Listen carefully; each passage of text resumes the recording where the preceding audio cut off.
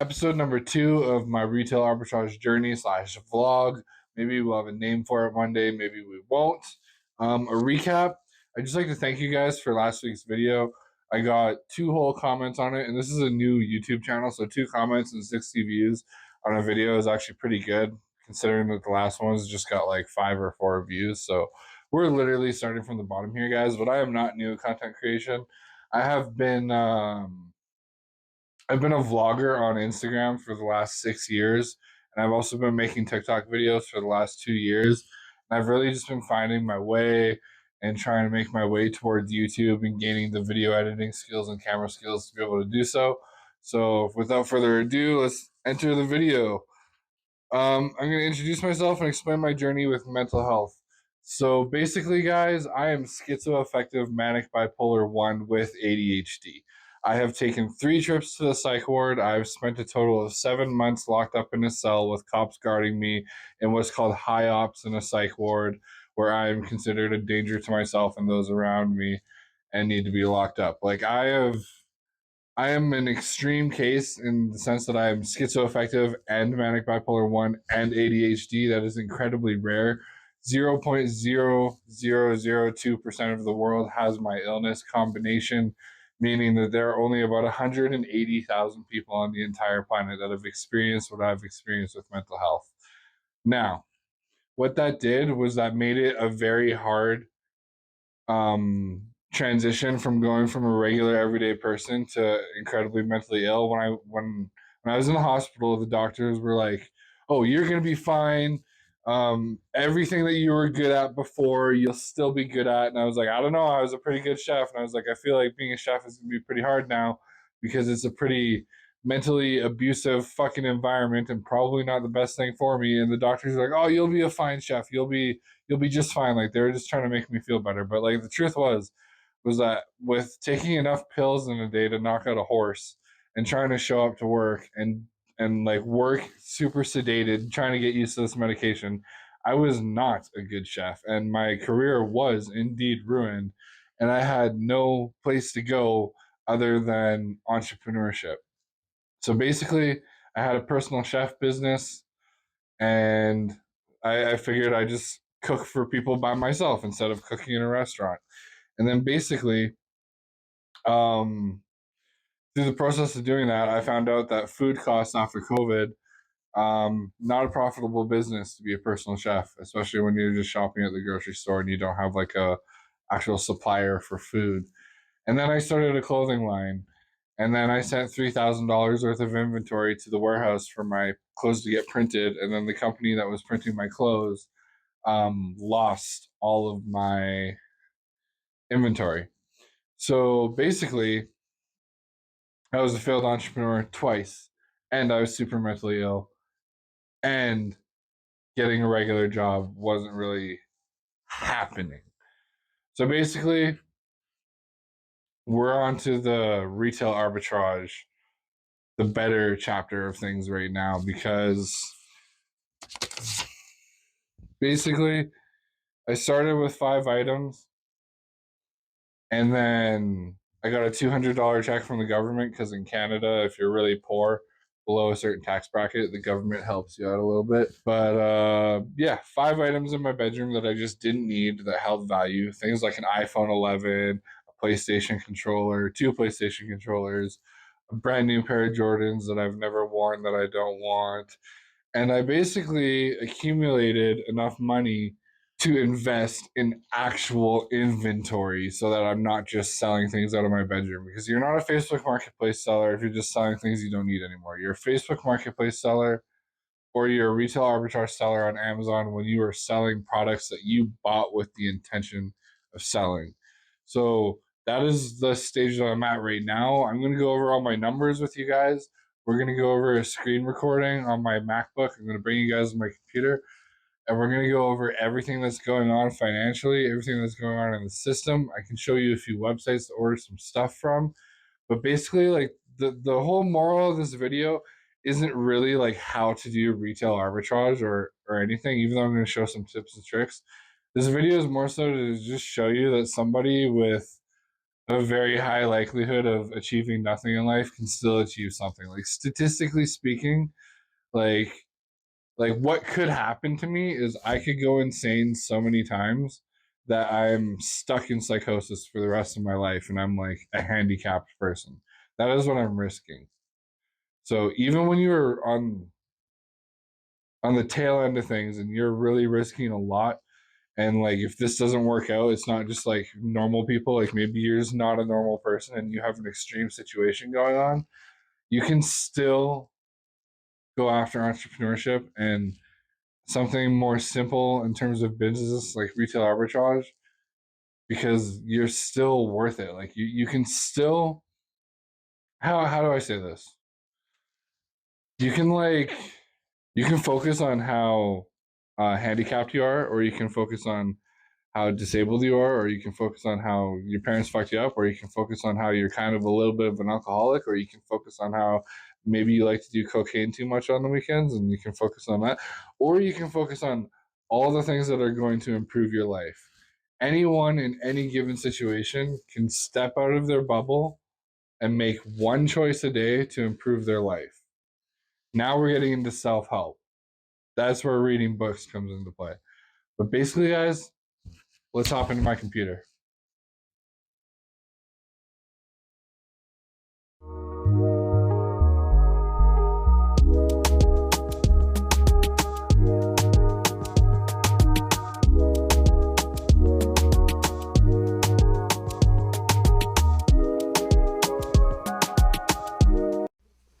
All right, what up, everybody? We are in my computer screen now.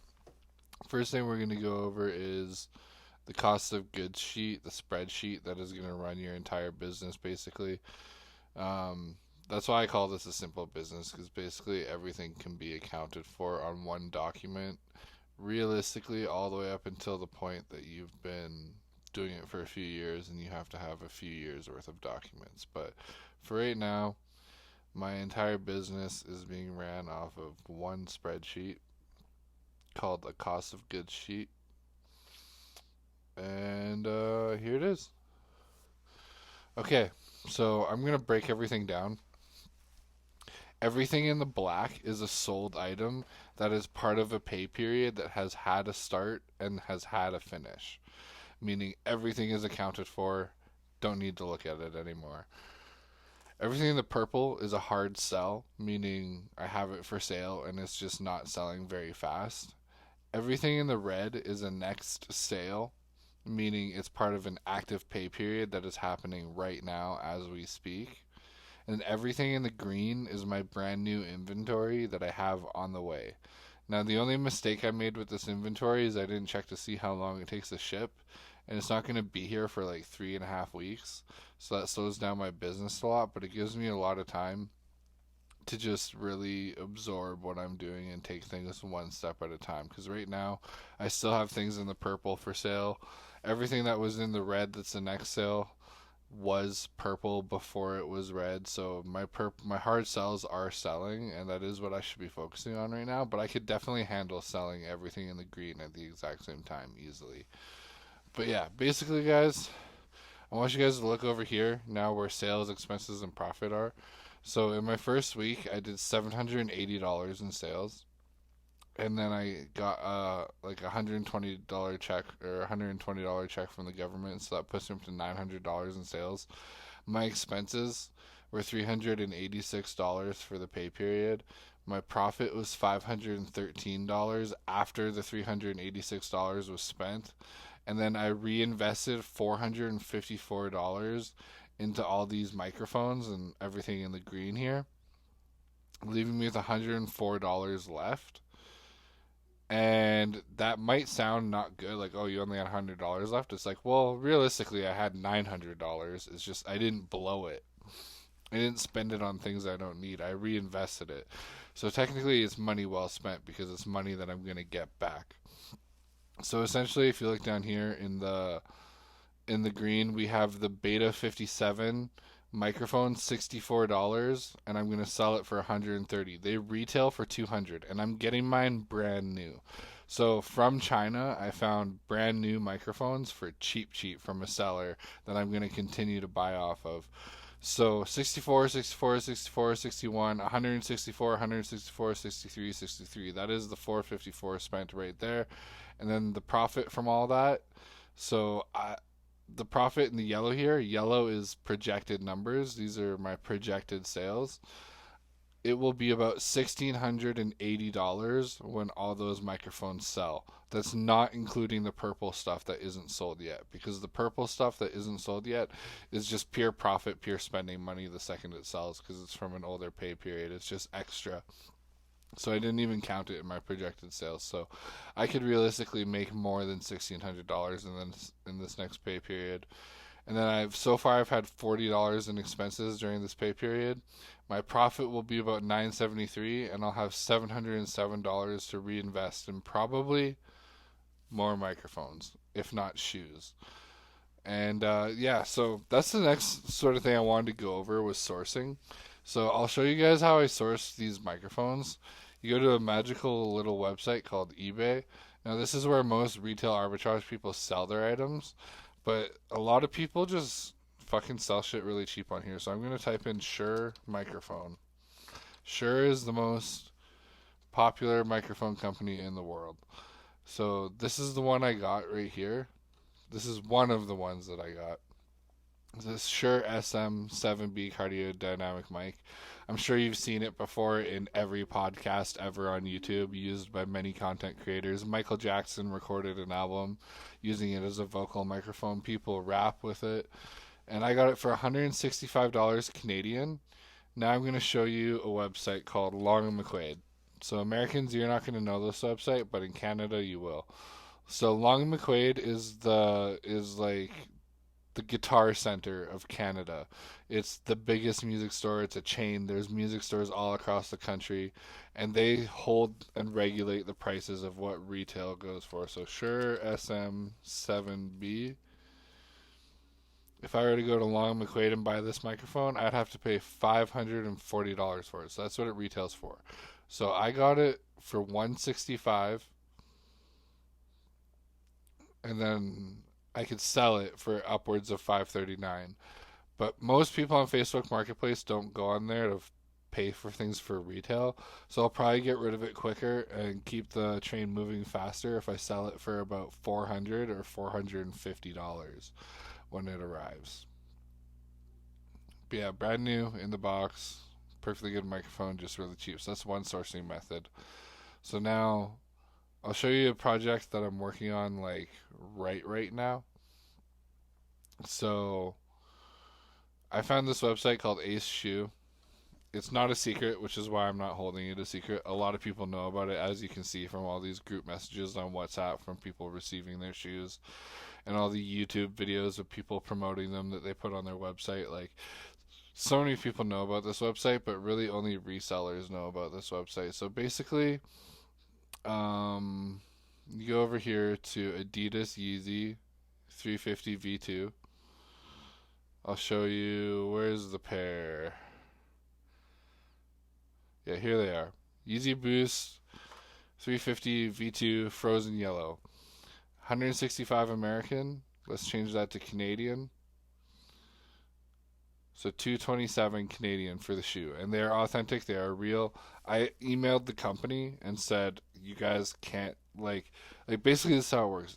If you want to know if shoes are real or not on the internet, you ask the company, you email them, are your shoes real or not, and remind them that if they lie to you, you have every right to sue them for selling them fake shoes. So if they respond, yes, they're real, then they're real.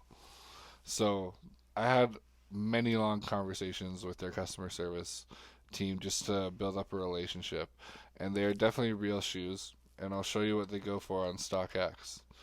Now, StockX is the most popular shoe platform for buyers and sellers getting top dollar and paying top dollar. So all you have to do is see this SKU number right here. You can copy and paste it into the search bar of StockX, or you can copy and paste the shoe name. I get better luck copy and pasting the shoe name than I do getting the SKU, because the SKU can match so many other items. But basically, if you see that for Canadian 3.99, okay, that's a bit of a profit from 200 and something. It's like 100 and some bucks. But if you look at how they're priced by the size 12s go for 654 bare minimum. Now, if you see over here when you click on market data, you can see how often they're selling, and these guys are selling every day for 606, 589, 515, 477, 523, 613, 687. So that's a huge profit from purchasing a pair of shoes for $227. So that's my next project. That's the next thing I'm working on. And I really hope I succeed in it. I'm going to try to sell on StockX, but I have a feeling that they're just going to sell on Facebook Marketplace like everything else. Like, I have this inner burning desire to like want to be like an Amazon seller or an eBay seller or a StockX seller or a Goat seller or all of them. But like, I know that there's fees for the weight of your package, and there's fees for shipping them, and there's fees for working with these companies. They want a cut of your profit and stuff. And it's like when I buy something cheap and I just sell it on Facebook Marketplace, yeah, I had to do the deal in person. Yeah, I had to meet someone. Yeah, I had to drive somewhere, or I had to give away my address and have them come here. But essentially, there was no fee, no dollar fee for doing that. There's no dollar fee for selling on Facebook Marketplace. So I feel like once you're in the huge profits and you can afford the fees, then it's worth it to start selling online. But yeah, basically, guys, that's what I'm up to.